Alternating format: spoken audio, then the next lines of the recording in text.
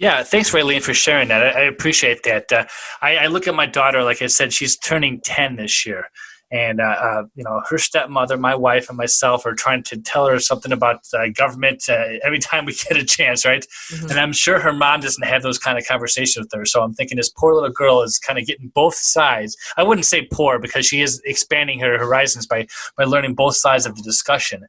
But Yeah. definitely, when I have to pick her up, or I have to explain to her why all these people are holding signs on the side of the road with these letters BLM and F this and F that. I'm like, I have to explain that to her, right?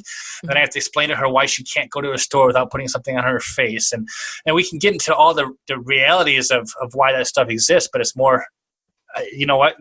Government makes decisions that hurt a lot of people, and I want you to think about why you have to do these kind of things. And the logic, but go right to the morality, because children are from God, and they're just trying to make sense of things that we've already been brainwashed to accept as children.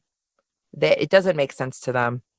And so you have an easier way of actually going to teach the NAP, teach the non-aggression principle, talk about property rights. And even if it's smart to do this, is it really right for another person to force another person to do that? And bring it back to, um, if somebody forced her give up her lunch because somebody else didn't have one, would that be fair? And start talking to her about those things so she can have the consistent principles of self-ownership, and how it's your job to protect yourself.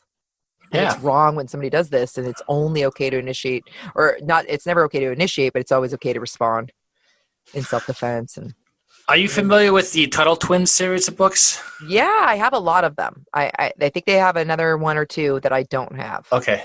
Hmm.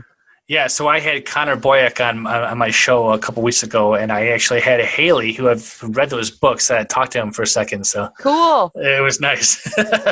So yeah, so I appreciate you sharing a little bit about your family. I know a lot of people don't like talking about that, but I think that the children are the future, and if we're going to sit there and demand Absolutely. liberty, that we need to teach the correct principles to people who are coming after us. It is not, at this point, it's not even about us.